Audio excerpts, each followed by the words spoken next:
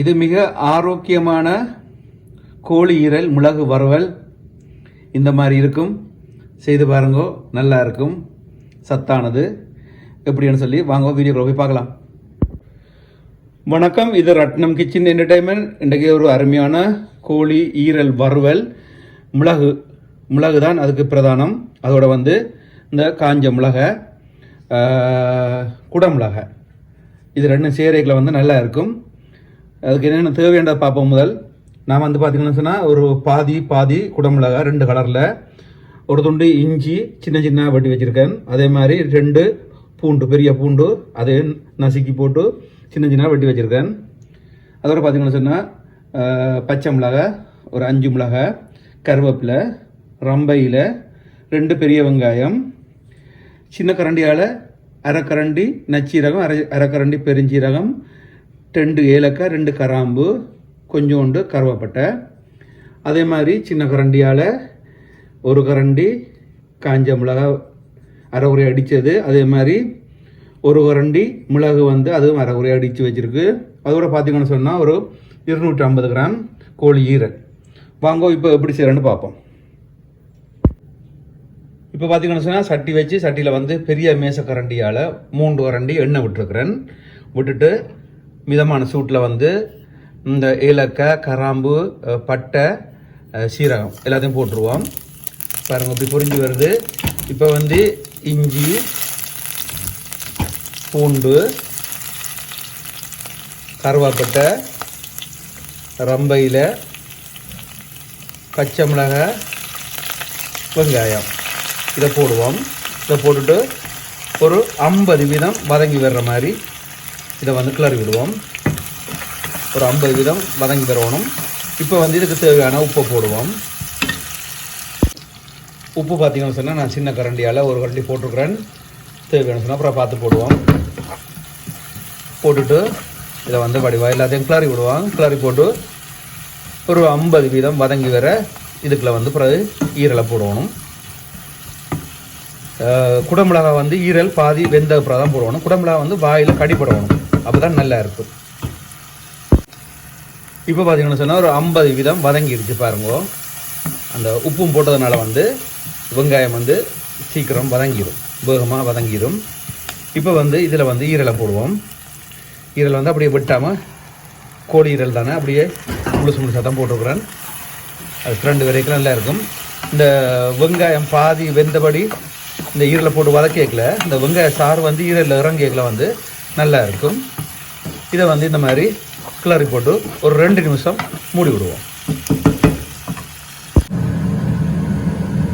இப்போ பார்த்தீங்கன்னு சொன்னால் 2 நிமிஷம் ஆச்சு. நான் அடுப்பை நல்லா கூட்டி விடுத்தான் 2 நிமிஷம் விட்டு நான் இப்போ மறுபடியும் ஒரு கிளறி போட்டு அடுப்பை கொஞ்சம் குறைச்சி விடுங்கோ. இது ஆக வேகக்கூடாது. இப்போ இதுக்கு இந்த அரைகுறையா இந்த மிளகாய் இருக்குல்ல, காஞ்ச மிளகாய், அதை போட்டு ஒரு கிளறுவோம். சரியா?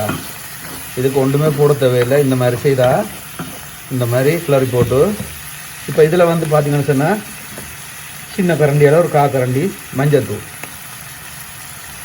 சரியா? மஞ்சத்தூள் போட்டுட்டு அதையும் கிளறி விடுவோம். பாருங்க இப்படி இந்த மாதிரி கிளறி போட்டு இப்போ இந்த அரைகுறையாக அடிச்ச மிளகு இருக்குல்ல, அதை போட்டுருவோம்.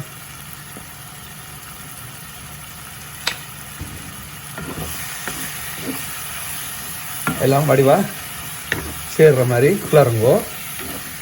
இது ஒரு 10 செகண்ட் இந்த மாதிரி கிளறி போட்டு இப்போ குடமிளகாயை போடுவோம்.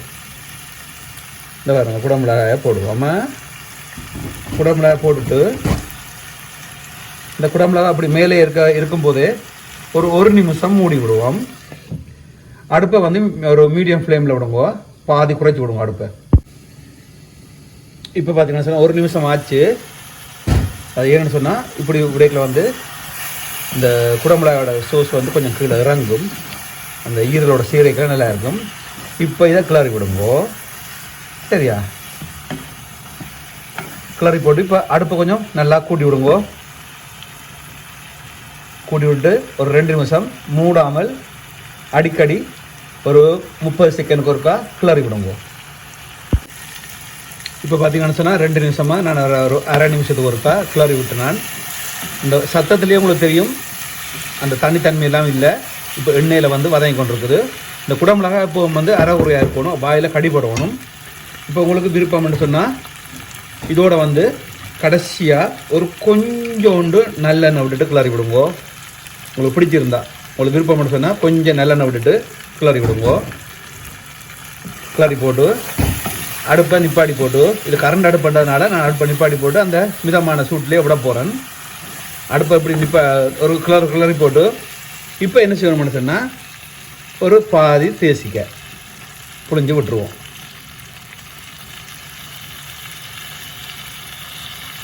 தேசிக்காய் கண்டிப்பாக விடணும், சரியா? அப்போ தான் அந்த ஈரல் சாப்பிட்றதுக்கு வந்து ஒரு பலன் கிடைக்கும், சரியா? அதில் வந்து தேசிக்காய் இப்போவும் விடுங்கோ. விட்டுட்டு அதை வடிவாக கிளறி விடுங்கோ. இப்போ பார்த்தீங்கன்னு சொன்னால் ஒரு அருமையான கோழி ஈரல் மிளகு வறுவல் குடமிளகா போட்டது ரெடி ஆயிடுச்சு. அவ்வளவுதான், முடிஞ்சது. நான் இப்போ இதை வந்து ஒரு 5 நிமிஷம் வந்து இப்படியே மூடி விட போகிறேன். அடுப்பை நிப்பாட்டிட்டு மூடி போட்டு அப்புறம் ஒரு பவுலில் எடுப்போம். இப்போ பார்த்தீங்கன்னா சொன்னால் ஒரு அருமையான கோழி ஈரல் மிளகு வறுவல் குடமிளகா போட்டு இந்த மாதிரி செய்து பாருங்க. ஆக வரட்டி எடுக்காமல் அந்த குடமிளகான்ற அந்த சாறு இறங்கவே அவ்வளோத்துக்கு ருசியாக இருக்கும். ஒரு 3/4 75-80% வெந்தாலே போதும்.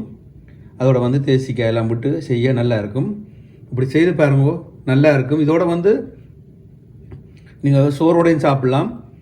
இல்லைன்னு சொன்னால் பக்கத்தில் சலாட் வச்சு சலாட்டோட வந்து பான் துண்டு வச்சு சாப்பிட அதுவும் நல்லா இருக்கும். உடம்புக்கு வந்து ஆரோக்கியமானது. உங்களுக்கு பிடிக்கும்னு நினைக்கிறேன்.